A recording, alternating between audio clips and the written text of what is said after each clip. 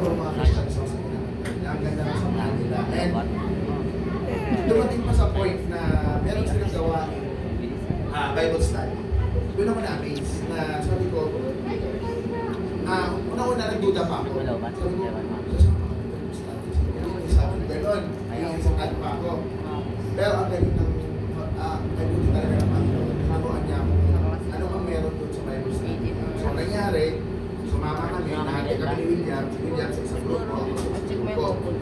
So, after, actually, bago yung mangyari yung Bible study, meron silang tawagin, pag-training ng mga magpapastor sa kanila. So, sumama kami, nagulat ako, walang pastor. Kasi yung pastor nila sa nila.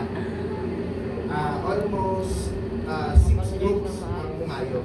So, 4 na Bible study, tapos 2 visitation. So, actually po, puro mga nanay ang nagawa sa pumayo. Naging tatlo, naging tatlo lang kasi nakasama. And yung the Bible study, kumbaga